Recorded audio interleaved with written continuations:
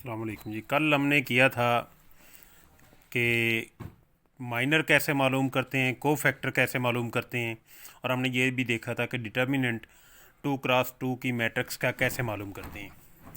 आज हम उसी को एक्सटेंड कर रहे हैं। हम देखेंगे कि 3x3 की अगर मैट्रिक्स है उसका डिटर्मिनेंट कैसे मालूम करते हैं। तो ये आपके पास कोई 3x3 की मैट्रिक्स है जो आपको दी गई है। इसको राउंड ब्रैकेट में लिख लें या स्क्वायर ब्रैकेट में लिख लें। अगर ये फर्स्ट एंट्री है तो ये फर्स्ट रो फर्स्ट कॉलम है आपके पास, तो ये A11 लिखा जा सकता है छोटे ए से, स्मॉल लेटर से। और ये आपके पास A12 है, ये आपके पास A13 है। ये जस्ट आपको बताने के लिए कि पोजीशंस आपने देखनी है कि कौन सी है। अगर इस एलिमेंट की पोजीशन देखनी है तो ये देखें किस रो में और किस कॉलम में। ये थर्ड रो है और सेकंड कॉलम है, A32 हो जाएगा। इसी तरह से बाकी तमाम आ गए आपके पास। तो आप राउंड ब्रैकेट में उसको लिख लें एंट्रीज़ को, या स्क्वायर ब्रैकेट में लिख लें, बात एक ही है। उसके बाद है उसका को फैक्टर मालूम करना। और माइनर का ये चीज़ माइनर है, ये जो साथ में पार्ट है ये माइनर है M11। ठीक है, फर्स्ट रो फर्स्ट कॉलम छोड़ दें, बाकी का डिटर्मिनेंट ले लें। फर्स्ट रो छोड़ दी, फर्स्ट कॉलम छोड़ दिया, बाकी क्या रह गया 7225 इसका डिटर्मिनेंट। ये माइनर M11 कहलाता है। इसी तरह से अगर माइनर M12 लेना है तो आपने फर्स्ट रो सेकंड कॉलम छोड़ देना है, वो 1 2 3 5 का डिटर्मिनेंट आपके पास वो माइनर आ जाएगा M12। ठीक है, अब को फैक्टर लेना है तो वो A11 हर एलिमेंट का को फैक्टर होता है जो एंट्रीज़ हैं। A11 -1 की पावर 1 + 1 साथ में माइनर ऑफ M11 आ जाएगा, जो डिटर्मिनेंट की फॉर्म में मैंने लिख दी है। ठीक है, तो ये -1 की पावर जो भी यहाँ पे होता है 1 है, 1 है तो 1 -1 की पावर 1 + 1। अगर 1 2 है तो -1 की पावर 1 + 2, इसी तरह से आते जाएंगे। ठीक है, तो -1 की पावर इवन बन रहा है तो ये +1 ही बन जाता है, लिखने की ज़रूरत नहीं। 7 × 5 35, ये डिटर्मिनेंट आपको पता है 2x2 का कैसे लेते हैं। इसको इधर मल्टीप्लाई करें, 7 5 35 माइनस करके इसको इधर मल्टीप्लाई करना है। ठीक है, माइनस करके 2 × 2 4, तो ये आपके पास कितना आ गया को फैक्टर जो है 35 में से 4 गए 31, ये A12 आपके पास A11 आ गया आपके पास। ठीक है, क्लियर हो गया। इसी तरह से आप A12 मालूम करेंगे, -1 की पावर 1 + 2 हो जाएगा। फर्स्ट रो सेकंड कॉलम छोड़ दें, बाकी का डिटर्मिनेंट ले लें। जब इसे सिंप्लीफाई करेंगे, ये -1 की पावर 3 है, ऑड है तो ये माइनस में आएगा आपके पास। तो इसको देख लें क्या वैल्यू आती है। ये भी -1 आ रहा है तो माइनस माइनस प्लस 1 A12 आ गया। इसी तरह से आपने A13 मालूम कर लिया। सारे को फैक्टर आपने इसी तरह, ये A11 को फैक्टर, ये A12 A13 आपके पास क्या हो जाएगा A21 A22 A23, इसी तरह से बाकी सारे को फैक्टर्स आपने इसी तरह से मालूम कर लेने। क्लियर हो गया। ठीक है, तो 9 को फैक्टर आपके पास आएंगे। तो आपने फर्स्ट रो के सारे को फैक्टर मालूम कर लिए। अब आप इसी से डिटर्मिनेंट भी मालूम कर सकते हैं, जिसे मॉडुलस कहते हैं। ए मॉड लिखें, दोनों तरफ मॉड की अलामत डाल दें, साथ में एंट्रीज देख दें सारी मैट्रिक्स की। तो इसे मालूम करने का तरीका ये, आप फ़र्ज़ करें जी ए मॉड को एक्सपेंड कर रहे हैं फर्स्ट रो से, तो ये मैंने समझाने के लिए लिख दी है, वैसे लिखने की ज़रूरत नहीं थी। लेकिन आप फर्स्ट रो से इसका डिटर्मिनेंट मालूम कर रहे हैं तो फर्स्ट रो का लिख दें, एलिमेंट लिख दें जो उसकी एंट्री है फर्स्ट रो की। ये है A11 A12 A13, तो A11 साथ में उसका को factor plus A12 second entry साथ में उसका को फैक्टर प्लस A13 साथ में उसका को फैक्टर। A11 क्या है, फर्स्ट रो फर्स्ट एलिमेंट वो 7 है। ये स्मॉल A12 क्या है, ये आपके पास फर्स्ट रो सेकंड एलिमेंट ये 0 है, और ये आपके पास A13 आ जाएगा। को फैक्टर आपने मालूम कर लिए सारे। ठीक है, वैल्यूज़ रख दें। इसमें सबसे बड़ा फ़ायदा ये होता है कि जिसमें ज़्यादा एंट्रीज 0 है ना, उस वाली से एक्सपेंड कर लें आप रो से या कॉलम से, तो आपका जवाब सेम ही आएगा, जवाब पे कोई फ़र्क नहीं पड़ेगा। तो ये देखें यहाँ A12 0 था, तो 0 के साथ आपको को फैक्टर मालूम करने की ज़रूरत ही नहीं थी, वो 0 ही कर देता है। तो ये टर्म तो वैसे ही 0 हो जाती है इस 0 की वजह से। ठीक है, तो आपने सिर्फ ये 2 मालूम करने थे। ये तो आपको 9 नहीं होती हैं एंट्रीज जो हैं, को फैक्टर सिर्फ ये 2 रह जाते हैं, वो आपने मालूम कर लिए। आपके पास ये 103 इसका डिटर्मिनेंट आ गया। ठीक हो गया। ये है डिटर्मिनेंट मालूम करने का, किसका, 3x3 की मैट्रिक्स के डिटर्मिनेंट को मालूम करने का तरीका। अब अगर आपने एडजॉइंट लेना है, इसी 3x3 की मैट्रिक्स का एडजॉइंट लेना है, तो आपको 9 के 9 को फैक्टर मालूम करने पड़ेंगे। 3 आपने मालूम कर लिए फर्स्ट रो वाले, यानी A11 आपने मालूम कर लिया, A12 मालूम कर लिया, A13 आपने मालूम कर लिया, ये जो भी वैल्यूज़ आई हैं। इसी तरह से सेकंड रो वाले कर लेंगे, A21 A22 A23, इसी तरह से A31 A32 और A33, ये आपने को फैक्टर मालूम कर लिए सारे 9 के 9। अब आपने इसका एडजॉइंट लिखना है। इस मैट्रिक्स का, तो बहुत सिंपल है एडजॉइंट ऑफ दैट मैट्रिक्स जो भी आपके पास थी। तो अब आपने करना क्या है, फर्स्ट जो आपके कोफैक्टर्स हैं फर्स्ट रो वाले इसको कॉलम में लिख दें, A11 A12 ये याद रखना है वरना गलत हो जाएगा, A13।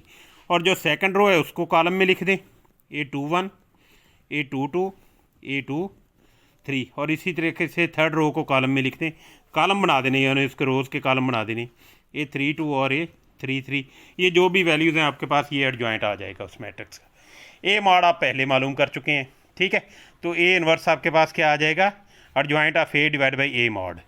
इसको ए मॉड से डिवाइड कर दें, ठीक हो गया, यानी 103 से डिवाइड कर दें, ये इसका इन्वर्स आ जाएगा।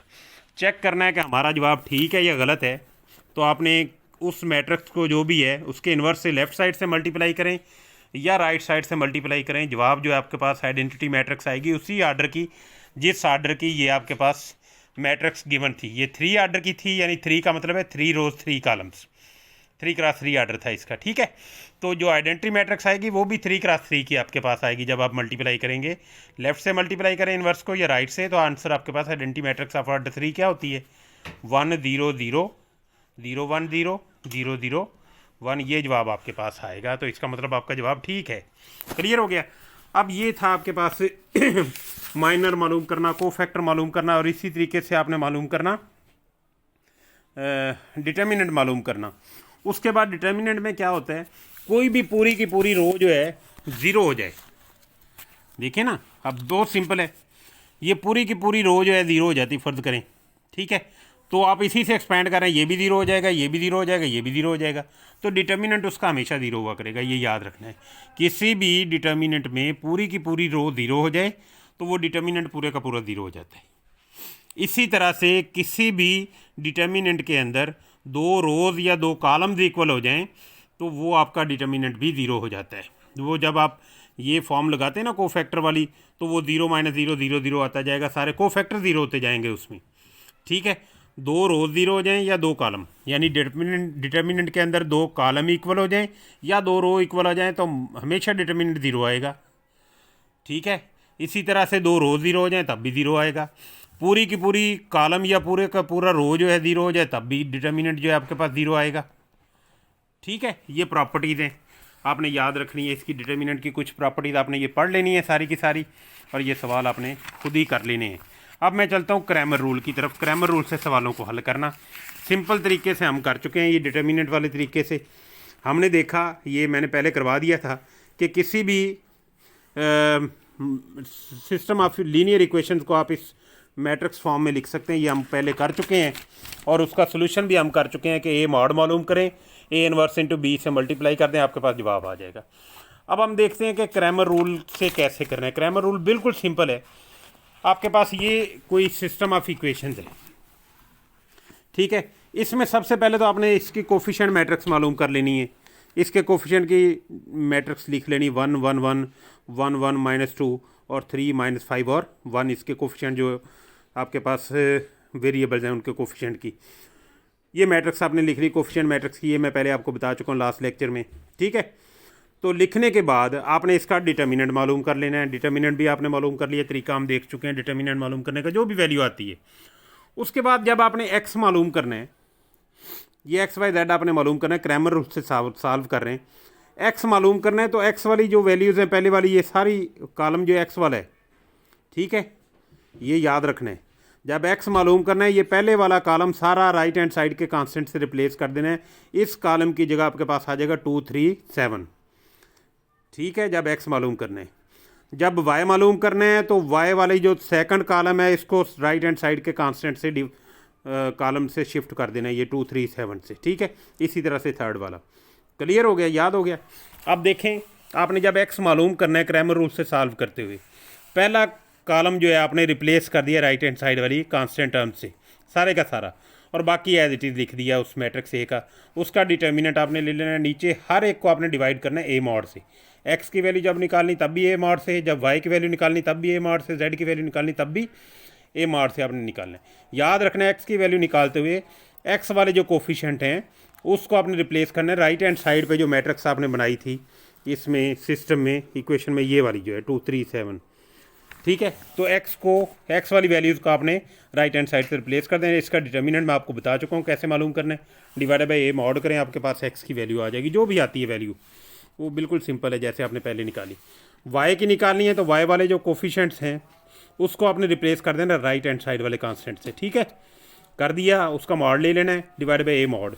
ये जवाब आपने देख लेना है। जो भी वैल्यूज़ आपके पास आ गई हैं एक्स वाई जेड की, आपने चेक करना है कि आपका सोल्यूशन ठीक है या गलत है।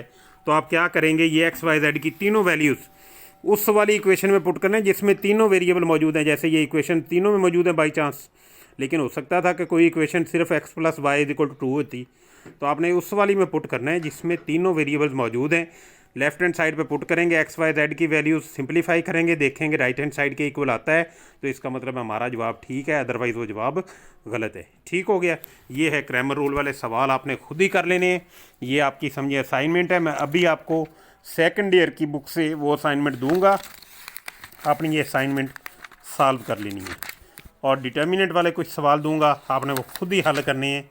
ये अब आपका काम है। मैंने आपको बहुत डिटेल में ये चीज़ें समझा दी हैं। ये आपके पास स्क्रीनशॉट ले लें।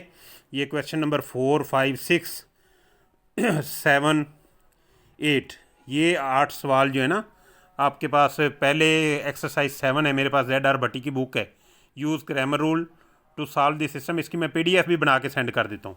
ये आपने अच्छी तरह से कर लेना है। और ये आपकी असाइनमेंट है। ये पूरे आपने 8 के 8 सवाल जो हैं हल करके मुझे नेक्स्ट जो है मंडे वहाँ तक आपने ये भेज देनी है। ठीक है, okay, thank you very much, अल्लाह हाफिज़।